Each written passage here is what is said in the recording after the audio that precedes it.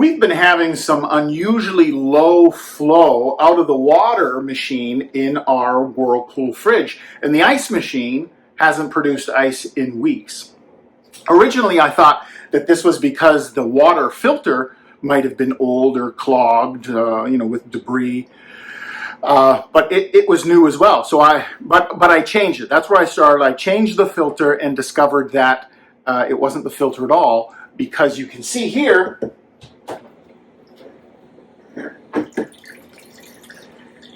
incredibly low flow. I'm not sure. That's an inch of water. This will take me a full minute.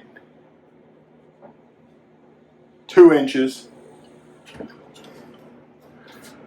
Maybe not a full minute, but incredibly slow flow. What I've discovered is it's not the filter at all. It's the filter housing, or the filter connection, right in here. This device here has two little nipples. I'll give you a close-up of that.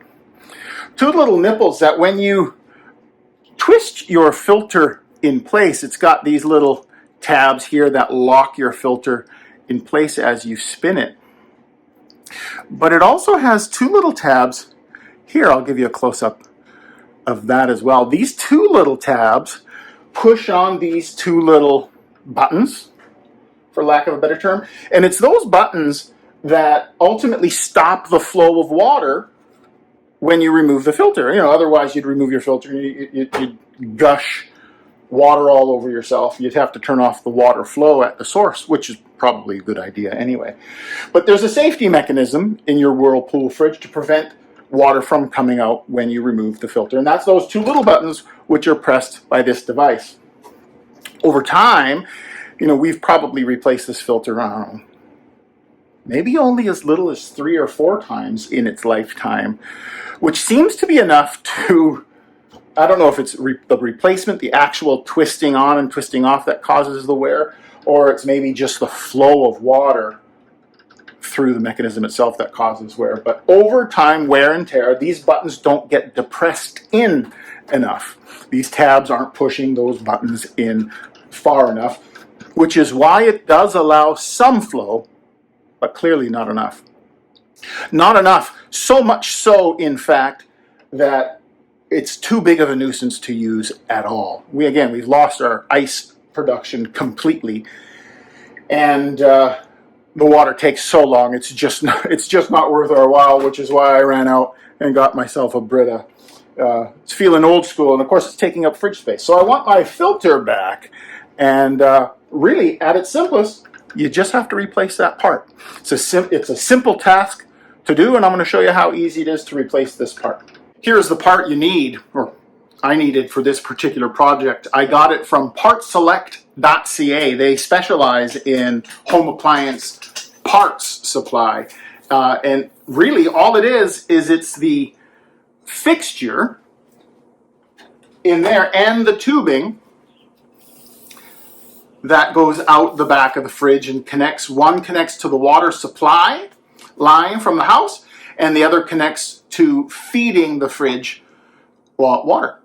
So water comes in from your water supply, goes into the filter housing, into the filter, out of the filter, down the line into the fridge, and this line just fits through the hole in the back of the fridge. When you remove, and we'll remove that in a second, when you remove this housing, there's going to be a hole in the back of your fridge exactly this size with some insulation, foam insulation in there. Just feed this through that hole and mount this in place using these two tabs. Watch how easy that is.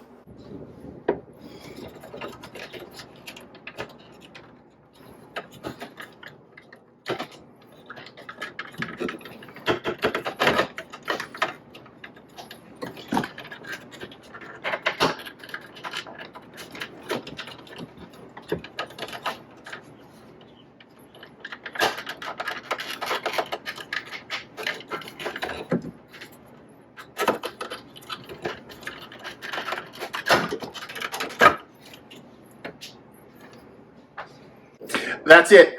That's all it took to get the mechanism itself, the filter housing disconnected. I just, you want to be very gentle with these tabs. Sort of a plastic spring-loaded tab that holds the two ears on the housing itself, and then it's free.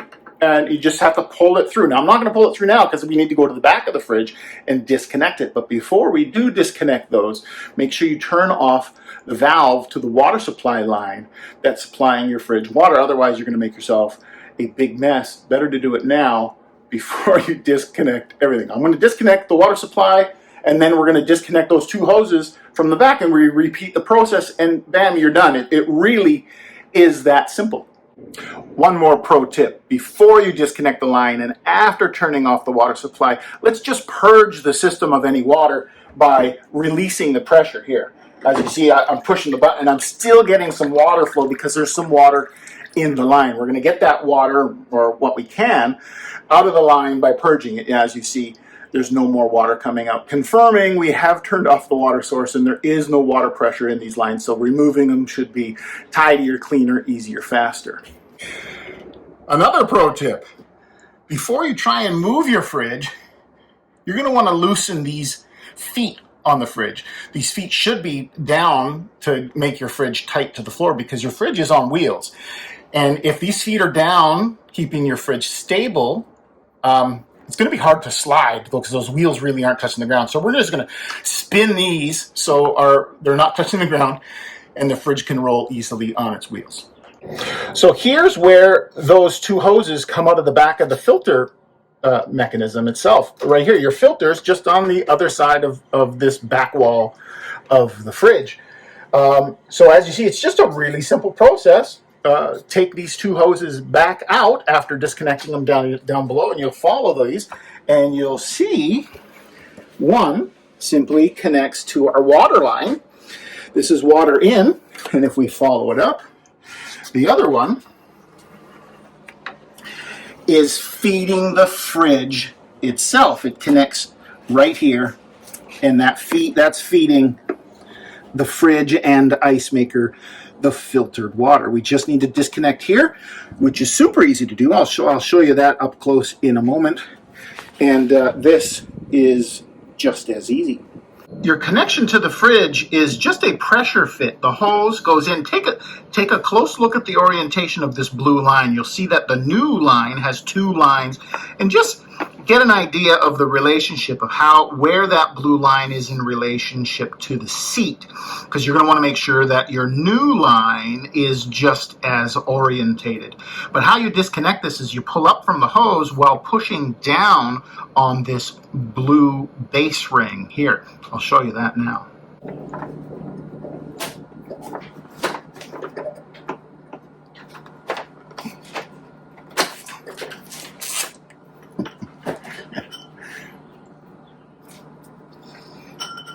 Disconnecting the water supply from the house is just as easy. In this case, though, it is a screw type fitting, so you just loosen it.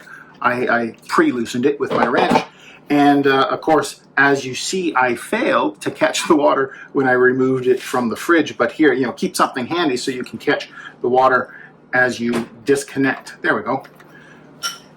That's it. We've disconnected. So now we're going to pull the lines through and reverse the process. With both of those lines disconnected in the back, we simply gently tug, there we go. Gently pull those through. I'm going to pull one at a time because, as you know, they get bulbous at the end. And there we go. With one out of the way, we'll have more room. I don't want to break the insulation any more than I have to get that bulbous end through. That hole is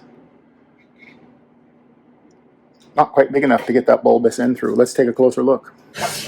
As we can see, the holes themselves are just the size of the tubing itself in this bulbous connection, and makes it really quite difficult to pass that through. But a little bit of brute force pushes that foam aside.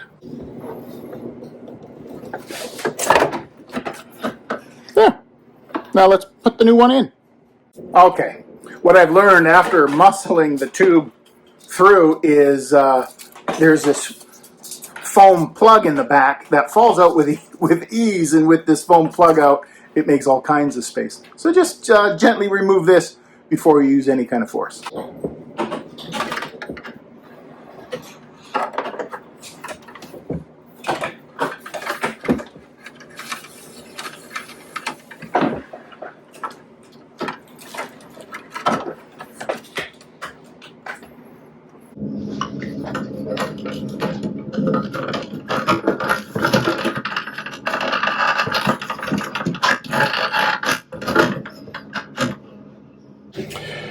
Now with our new tubes through the back of the fridge, we're going to put the foam plug back in place, just like so, so it's good and sealed and insulated, and we can get about just running our tubes back to their original location.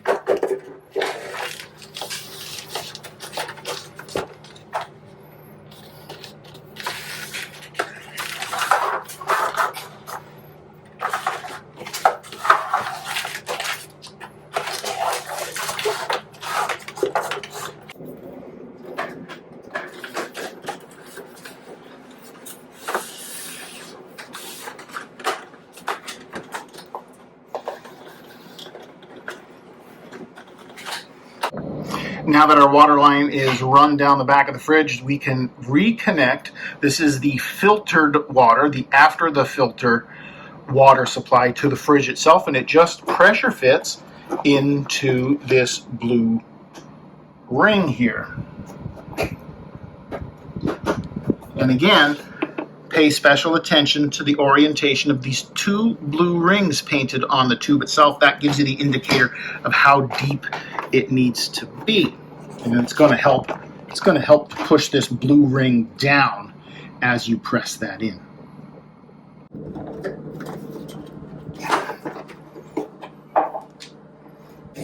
And reconnect the fridge, the unfiltered water line, to the house water supply line with the screw-on connection.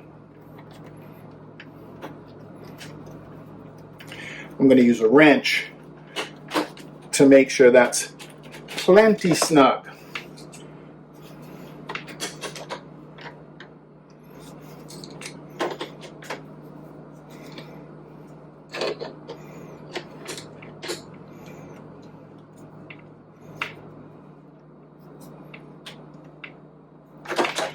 Snug but not tight. Now I'm going to pressure test the system before we do anything else. I'm going to turn on the water supply and check these connections, make sure there's no water coming out. Okay, so I have, now that I'm done at the back of the fridge and pressure tested those connections with no leaks whatsoever, I've put the fridge back into its original location after sweeping out that area, because of course it's your one chance every couple of years to get back there. Now's a good time to put the cover back in place. And as I showed you earlier, you just pull these two tabs apart to get these feet onto the posts.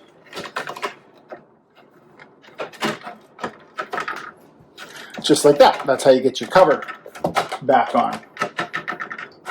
And now let's try our filter. We're going to remove the bypass valve. I have... there we go.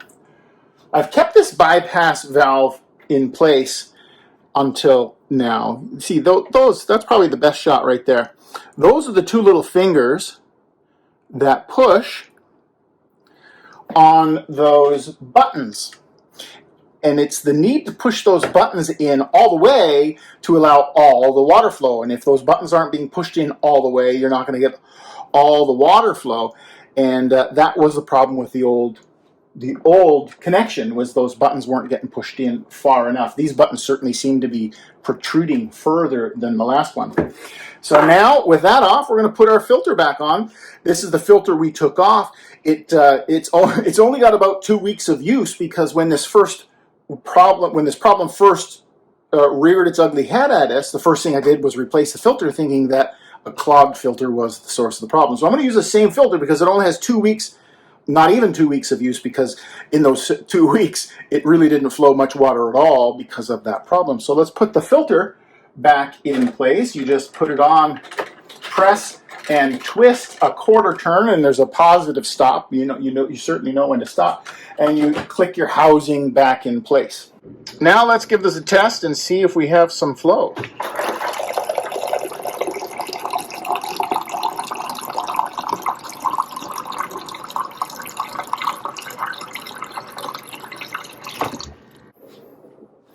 I fixed our fridge.